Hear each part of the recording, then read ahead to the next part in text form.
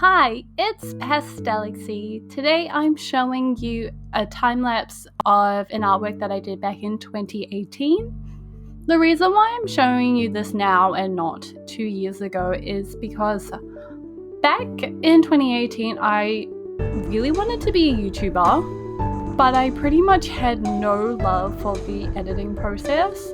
I think it's because I didn't really know Premiere Pro as well as I do now, and I still think that editing is not like my favorite activity to be doing, but I can find a little bit more enjoyment out of it. And back then I loved creating content. I made vlogs, I made reviews, I made DIY videos, and I just never edited them and I never uploaded them. It was just something that I couldn't bring myself to do. So now I'm sitting on 2 years worth of just random content. So I think every now and again I'm just going to pull up something from 2018 just to edit. Yeah, just get a bit more editing practice in, and this footage has been sitting on my hard drives for years and it's just taking up literal space. So yeah, I'm going to give it all a new home. I also this is the second time I've had to record this voiceover, so sorry if I sound a little bit cranky. I don't know where the first recording went. In 2018, I wanted to start really taking conventions seriously, and I did my first convention without any fan art at all, and I barely covered the cost of the table, and that was it. So it wasn't really a profitable venture. So yeah, I didn't have much fan art, and to be honest, I didn't really have that much of an art. I didn't have that much art to really choose from, and there wasn't, any recognizable characters to draw people towards my table. So I decided to do the Sailor Scouts because, who doesn't love Sailor Moon? And I actually started the series of Sailor Jupiter, and she came out so bad, like terrible. I made her skin green, the composition was bad. I don't know what I was thinking, but if I was only using 2 of my brain cells. It's really funny because the artwork that I created right after that monstrosity is this one, and she came out so much better. She set the style, the tone, the atmosphere, the aesthetic for the remaining 4 pieces. And yeah, I don't know, I love her. So Sailor Mercury, which I did first, and Sailor Jupiter, which I actually redid afterwards, my favorites. The rest, even Sailor Moon, I don't think she came out that nice, but if I still have the video footage, I will also upload that as well.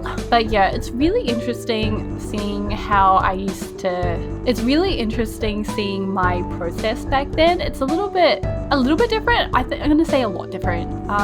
I sketched out everything, and I would sketch everything and line everything over the top.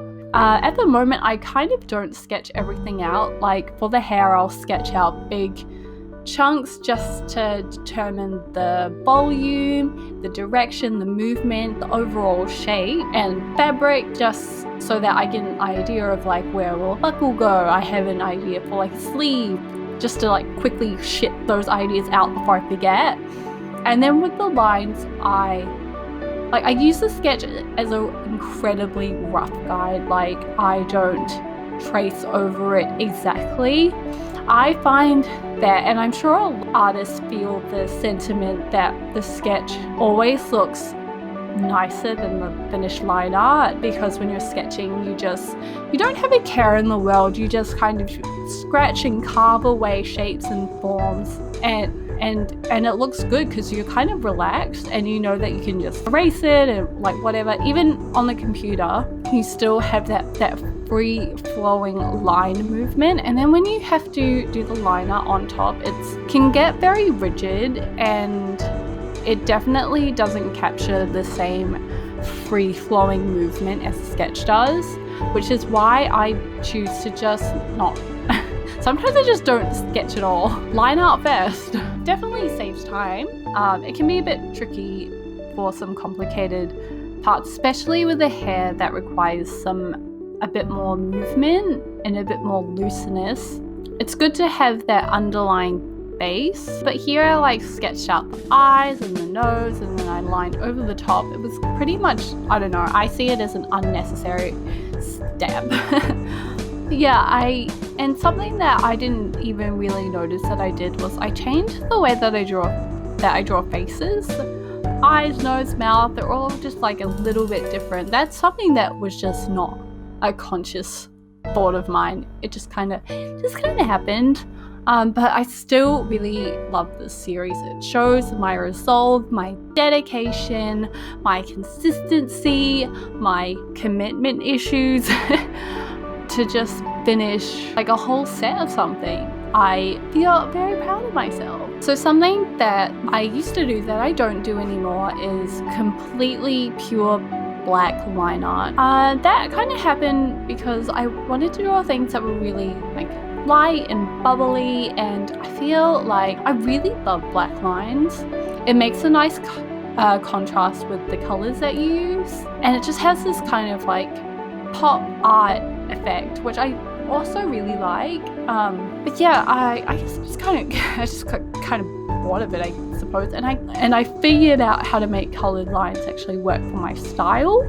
And yeah, you can see here that I'm trying to incorporate this galaxy look into her eye makeup. I wanted to have all the scouts painted with a kind of galaxy to fit in with the whole, Sailor Moon theme. And I was kind of drawing galaxies on their faces, and it just doesn't look that good.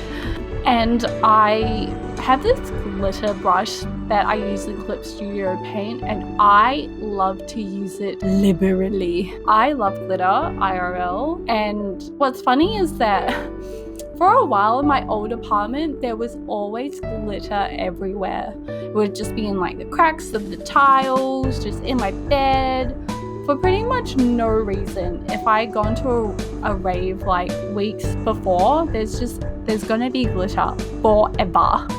And I wanted my artwork to really embody this personality trait of mine. I quite like what I did here. I drew their planet symbols and put them in the pupils. So if you look closely, you can find those little Easter eggs. Yeah, I haven't drawn girls with tattoos in a long time, and seeing this kind of makes me wish I had drawn more beautiful tattoo girls. Yeah, you can see that here I'm really going out of my comfort zone, which seems to be a theme in my videos, so like go out of my comfort zone and experiment. But yeah, I definitely am doing it here. Like I can see it. There are still techniques that I discovered in this artwork that I do in my artworks now. Like I don't know what it's called, but like a rim light, like that purple line that went over her hair, just adding a bit more lighting and a bit more dimension, a bit more color. Like I really love doing that. Like I think it's called rim lighting, but it really accentuates the line art, because the black lines can get lost when there's something dark next to it. Something that I don't like about this era of me and my style is that I would over render my artwork. Like I just pack on color and gradient and highlight and more highlights and shapes and sounds, and I think I wasn't that confident with the way that my art looked kind of without all of the bells and whistles. And I do find that I'll use sparkles or interesting coloring methods to kind of cover up like a lackluster line art. And looking back on it now, like the highlights, I would draw like a line of highlight and cut into it to make these little squares and diamond shapes, which kind of makes a cool effect. But I don't know, I do like it, but I think it's kind of over rendering. And you can definitely see in like some artworks where the detail that I put into the line art is kind of lost in a bit illegible because, you know, there's just so much going on, so much bits and pieces all fighting for your attention, and that's something that I really learned to refine. And even now, I don't even really shade or use gradients as much as I used to. I kind of just rely on strong composition, strong concepts, and a strong color palette, and also strong line art and strong character design. So it's pretty much, I haven't improved my coloring or my rendering, but I've improved other areas of my artwork. But actually now I'm at that point where I am bored of the kind of cell shading, soft shading, hybrid love child that I've been doing, and kind of wanting to experiment with different rendering styles. In my fawn video, you can see that I combined like the cell shading with more of a painterly style that you can see in her leg tattoo.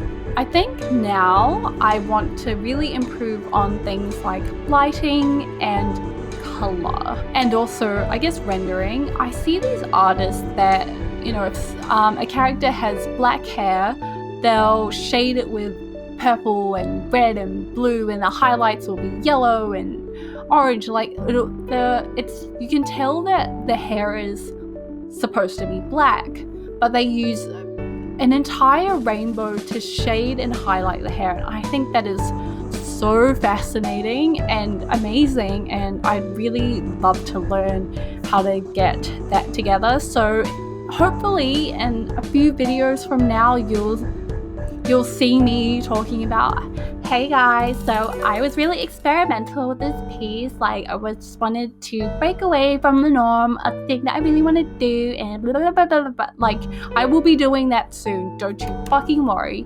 Anyway, I rambled on for so long. My mouth is so dry. My Invisalign wants to pop out of my mouth. Anyway, I hope you enjoyed this video. Thanks for listening to me ramble about fucking nothing again, as per usual. If you enjoyed this video, please leave a like, validate my existence by talking to me in the comments, and subscribe if you want to see more buffoonery, fuckery, rambly danglies in the future. So with that being said, I'm gonna go, and bye!